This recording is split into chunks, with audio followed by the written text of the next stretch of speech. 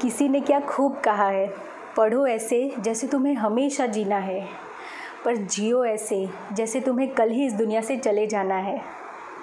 दुनिया में 70% लोग ऐसे हैं जिन्हें अपनी लाइफ का मकसद नहीं पता, मीनिंग नहीं पता कि वो जी किस लिए रहे हैं, उन्हें लाइफ में करना क्या है, लाइफ का पर्पस क्या है, वो क्या चाहते हैं, कैसी ज़िंदगी जीना चाहते हैं, क्या चाहते हैं अपनी लाइफ से। So guys, this is Devika with a wonderful thought and a beautiful message. आज हम बात करेंगे कि हमारी लाइफ का पर्पस क्या है, मीनिंग क्या है जिसके लिए हम जीना चाहते हैं, क्या पाना चाहते हैं। गाइज, आजकल ना हमारी लाइफ का ये ट्रेंड हो गया है, सोशल साइट पे फेक हैपनिंग लाइफ दिखाना। I am very cool in life, but actually पता नहीं है कि लाइफ का मोटिव ही क्या है, लाइफ का पर्पस ही क्या है, क्या कर रहा हूँ मैं। तो चलो एक ब्यूटीफुल स्टोरी सुनते हैं जिससे हमें पता चलेगा कि लाइफ का मीनिंग क्या है, लाइफ को मीनिंगफुल, पर्पसफुल कैसे बनाना है। एक छोटा सा गांव था। उस गांव का एक आदमी जो लोकल एडमिनिस्ट्रेटिव हेड था उस गांव का, बहुत ही सुलझा और प्रतिष्ठित आदमी था। उससे लोग एडवाइस मांगने आते थे, कोई भी प्रॉब्लम होती थी उसके पास आते थे, कोई भी क्वेरीज हो या वो सबकी प्रॉब्लम में हेल्प करता था। सब लोग उसकी बात मान के आगे बढ़ते भी थे, कोई उसकी बात का निरादर नहीं करता था, सब उसकी बात का मान रखते थे।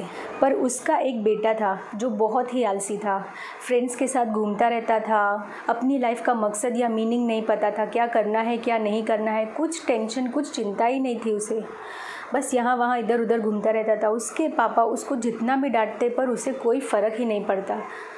उसको बहुत समझाते कि तुम क्या करना चाहते हो अपनी लाइफ से, क्या चाहते हो, तुम कहाँ किस चीज़ में आगे बढ़ना चाहते हो, पर वो कोई बात सुनने को तैयार ही नहीं था। ऐसे ही थोड़ा टाइम गया। थोड़े टाइम बाद उस आदमी की उम्र होती गई, उसका बुढ़ापा आया। फिर एक दिन उसने अपने बेटे को अपने पास बुलाया, अपने पास बिठाया और उससे कहा कि तुम अब बच्चे नहीं हो, अब तुम बड़े हो गए हो, तुम्हें रिस्पॉन्सिबिलिटीज़ लेनी है और लाइफ का मीनिंग समझना है, लाइफ को कैसे जीना है, उसका मीनिंग क्या है, ये सब तुम्हें समझना है, तभी तुम लाइफ अच्छे से एंजॉय कर पाओगे।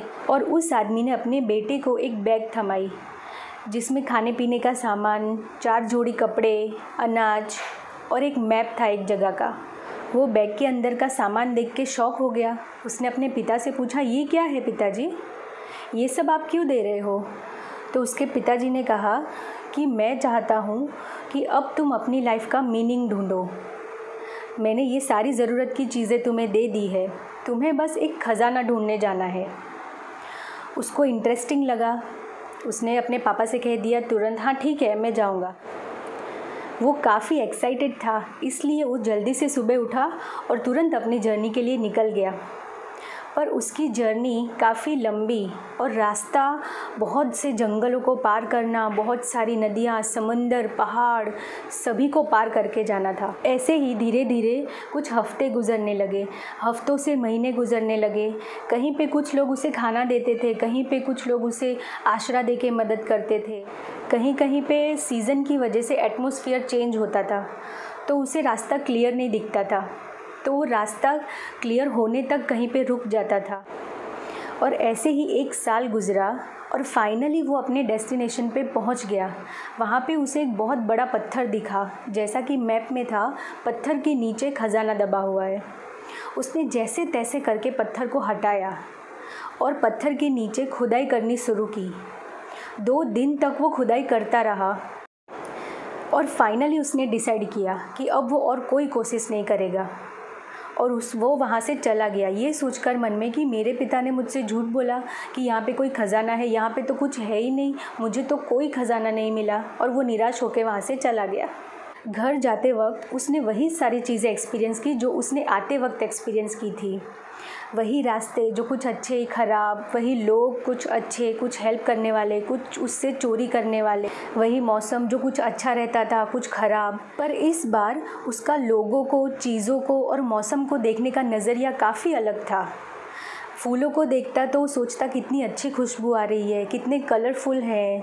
बर्ड्स को देखता तो सोचता कितने अच्छे से डांस कर रहे हैं। बारिश को देखता तो खुद नाचने लगता, बारिश में जाने का, बारिश में खेलने का मन करता उसका। इस बार उसका नज़रिया काफ़ी पॉजिटिव और काफ़ी अच्छा हो गया था। रास्ते में आते वक्त जिन लोगों ने उसकी हेल्प की थी, उन लोगों को उसने जाते वक्त हेल्प की। कुछ ना कुछ जो उससे हो सका उसने वो उन आदमियों के लिए जिसने उसको हेल्प की थी, उन लोगों के लिए किया। और ऐसे ही सारी चीज़ों को पॉजिटिव तरीके से लेने में और अच्छे से एंजॉय करने में वो ये भूल गया कि मुझे तो कोई ख़जाना मिला ही नहीं। और वो जब घर पहुंचा तब उसके पिता और वो एक दूसरे को देख के खुश हो गए। उसे घर जाके रियलाइज़ हुआ कि मुझे तो 2 साल बीत गए यहाँ से गए हुए, 2 साल बाद मैं अपने घर आया हूँ। वो बहुत खुश हो गए एक दूसरे को देख के और उसने अपने पिता को गले लगाया। उसके पिता ने उससे पूछा कि बेटा कैसी रही तुम्हारी जर्नी। तब उसके बेटे ने बोला, पिताजी वहाँ पे तो कोई ख़जाना ही नहीं था, मैंने तो बहुत कोशिश की पर ख़जाना तो मुझे कोई मिला ही नहीं, मैंने बहुत ढूंढा, आपने तो कहा था वहाँ पे ख़जाना है पर मैं तो ऐसे ही लौट आया। तब उसके पिताजी ने कहा कि पहले तो वहाँ पे कोई ख़जाना ही नहीं था, और दूसरी ये बात बताओ कि तुम्हें तुम्हारी जर्नी कैसी लगी। तब उसके बेटे ने बोला, मैंने अपनी जर्नी काफ़ी एंजॉय की। बहुत कुछ लोग ऐसे मुझे मिले जो मुझे हेल्प करते थे, और कुछ लोग तो मुझसे मेरा सामान लूटना चाहते थे, चोरी करना चाहते थे। मैं मौसम काफ़ी एंजॉय करने लगा। कुछ मौसम जो जाते वक्त मुझे अच्छे नहीं लगते थे, कंफर्टेबल नहीं लगता था, वो मौसम में आते वक्त बहुत एंजॉय करने लगा। मैं सूरज को देख के टाइम का पता लगाने लगा। खाना और जो ज़रूरी चीज़ें मेरे पास ख़त्म हो गई थी, मैं उनका अरेंजमेंट करने लगा था कि कहाँ पे क्या है, कहाँ से क्या ढूंढ के मुझे खाना है, क्या ज़रूरत की चीज़ें मुझे लेनी है। जो लोग मुझे आसरा देते थे, हेल्प करते थे, उन लोगों को मैं हेल्प करने लगा। वो जो आसरा देते थे उनके लिए मैं कुछ करने लगा।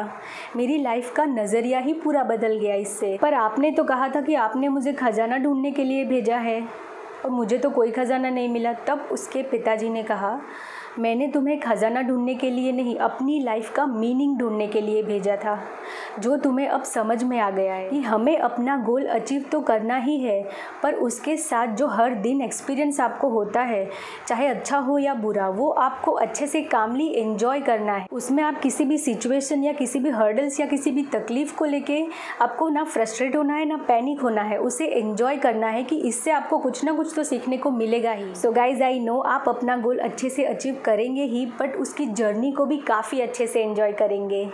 सो see you in next video. Till then keep yourself alive, don't just breathe. Thank you.